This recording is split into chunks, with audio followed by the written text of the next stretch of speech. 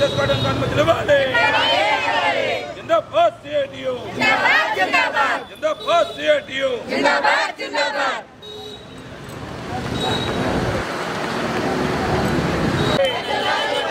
పూర్ణ మార్కెట్లో ఇచ్చిన షాపులను వెంటనే పెట్టించాలి. పూర్ణ మార్కెట్లో చౌక ధరలతో ఇచ్చిన వాళ్ళంటనే అక్కడ నుంచి రేపటి నుంచి పెట్టకూడదని అన్నారు. మేము ఎక్కడికి వెళ్ళిపోతాం సార్ మేము చెప్పాము. మేము ఎక్కడికి వెళ్ళిపోతామని చెప్పామండి. చెప్పిన తర్వాత మరుసటి రోజు పోలీసు వాళ్ళు మున్సిపాలిటీ వాళ్ళు ఇద్దరు కలిసి వచ్చి మమ్మల్ని సామాన్లన్నీ బళ్ళు మీద వేసుకుని వెళ్ళిపోయి బళ్ళు మొత్తం గంపలు అన్నీ వేసుకెళ్ళిపోయారండి. వేసుకెళ్ళిపోయి 4 రోజుల నుంచి మేము ఎక్కడెక్కడ తిరుగుతున్నాము. ఎంతమంది దగ్గరికి వెళ్ళాం, పోలీస్ కమిషనర్ దగ్గరికి వెళ్ళాం, మున్సిపల్ కమిషనర్ దగ్గరికి వెళ్ళాం, కలెక్టర్ గారి దగ్గరికి వెళ్ళాం, అందరి దగ్గరికి వెళ్ళాం. ఎవరూ న్యాయం చేయలేదు. కానీ సుబ్బారావు గారు మాత్రం మేము ఉన్నాము, నీకు ఎందుకు రండి నేను తీసుకెళ్తానని చెప్పేసి ఆయన ముందు నుండి మమ్మల్ని నడిపించి మా వెనకాతల నడిచి అతను మమ్మల్ని కమిషనర్ దగ్గరికి కానీ కలెక్టర్ దగ్గరికి కానీ అందరి దగ్గర తీసుకెళ్తున్నారు. ఇప్పుడు వంశీకృష్ణ దగ్గరికి వెళ్దాం అనుకున్నాం. తర్వాత భాస్కర్రావు గారికి అయితే ఫోన్ చేస్తే భాస్కర్రావు గారు ఫోనే ఎత్తట్లేదు. మా ఫోన్లు లేదు, కార్పొరేటర్ 35వ వార్డు కార్పొరేటర్ ఆయన అసలు ఫోనే ఎత్తట్లేదు అతను. ఇప్పుడు సుబ్బారావు గారు కానీ తర్వాత ఏమో సింహాచలం గారు కానీ చేశారు ఫోను. అసలు ఫోను రెస్పాన్సిబుల్ లేదు. ఏంటి మాకు ఎవరు న్యాయం చేస్తే వాళ్ళే మాకు దేవుళ్ళు అండి.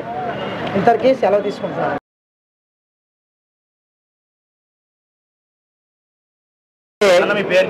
నా పేరు సుబ్బారావు, సిఐటి ప్రధాన కార్యదర్శి, సిఐటి జగదాంబ జోన్కి. ఈరోజు 4వ రోజు తోపుడు బళ్ళు కార్మికులు, చిల్లర వర్తకులు రోడ్డు మీద చిన్న గంపలు వేసుకొని బతుకుతున్నారు. ఉదయం 7 గంటల నుండి రాత్రి 9 గంటల దాకా కూడా వాళ్ళు బతుకుతారు. అంటే ఉదయం 7 నుండి వచ్చి రాత్రి 9 గంటల దాకా బతుకుతున్నారంటే దాదాపు 14 గంటలు కష్టపడుతున్నారు. అందరూ 8 గంటలు కష్టపడితే వీళ్ళు 14 గంటలు కష్టపడతారు. అన్నవ రామచంద్ర అని ఎండలో ఉంటారు.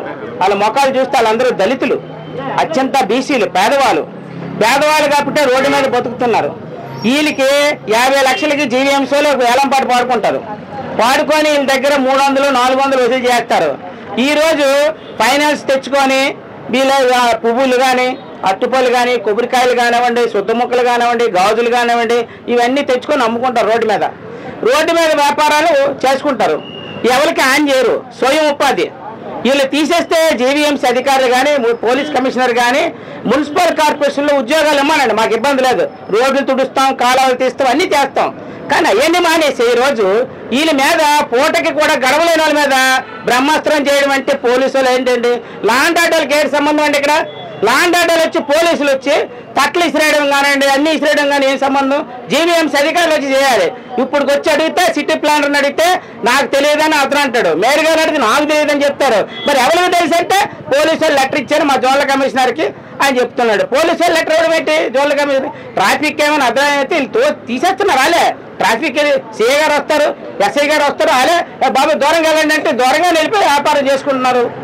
ఉదయం నుండి సాయంత్రం దాకా బతుకుతున్న వాళ్ళ మీద పొట్టలు కొట్టడం ఏంటంటే అసలు పువ్వుల వ్యాపారం కర్ణాటక నుండి పువ్వులు తెచ్చుకున్నారు.